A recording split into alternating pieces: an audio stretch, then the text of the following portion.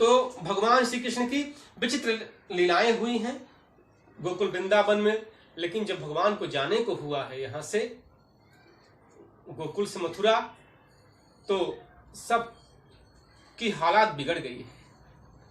कोई नहीं चाहता कि भगवान जाए वहां से।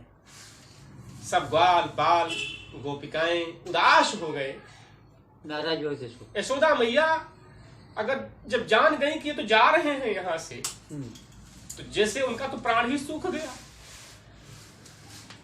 नंद बाबा ना बोल पा रहे हैं, ना कुछ कह पा रहे हैं।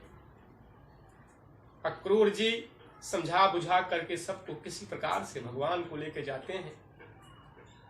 बहुत दूर तक यमुना नदी तक लोग उनको छोड़ने के लिए आते हैं।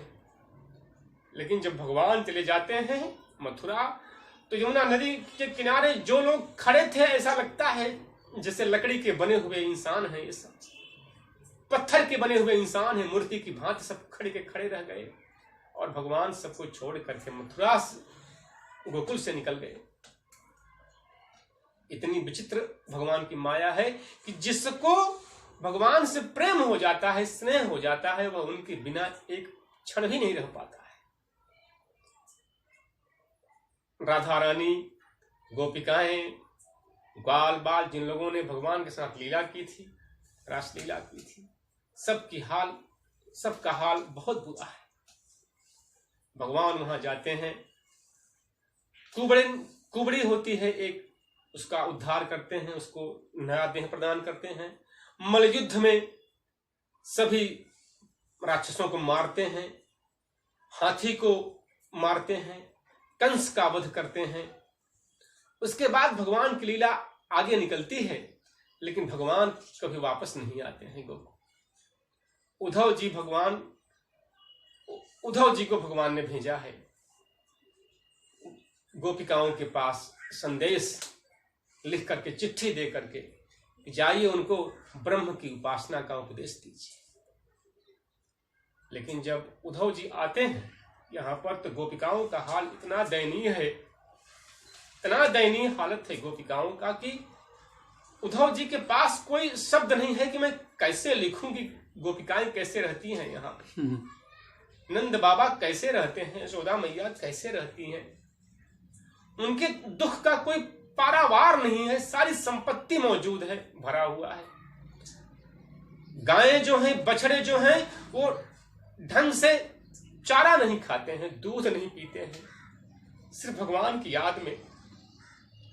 गायें तो कहती हैं कि गोविंद जब तक मुझे बंसी नहीं बजाता है तब तक हम घास चरेंगे।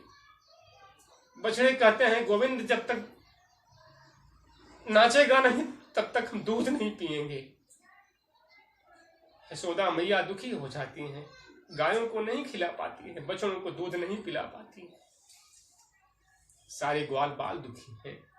उद्धव जी महाराज के शब्दों में अगर देखा जाए तो गोकुल की सारी स्थिति एकदम विरह के सागर में डूबी हुई है। एक ग्वाल बाल तो ऐसा था भक्त भगवान का, बड़ा विचित्र था वो। जब उद्धव जी महाराज मुझसे मिले हैं उस भक्त से,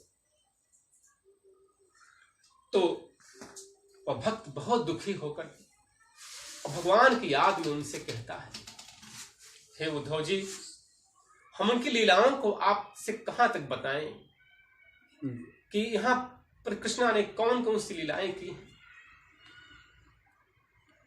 यह तो दीवानों की मस्ती है साहब, यह तो दीवानों की मस्ती है साहब। हम अपनी आंखों से पीते हैं, यह तो दीवानों की मस्ती है साहब, हम तो अपने आंखों से पीते हैं। तेरी एक नजर ही काफी है कृष्णा, इसी उम्मीद पर जीते हैं कि तू एक बार देख देगा तो हम फिर से जिंदा हो जाएंगे। यही बात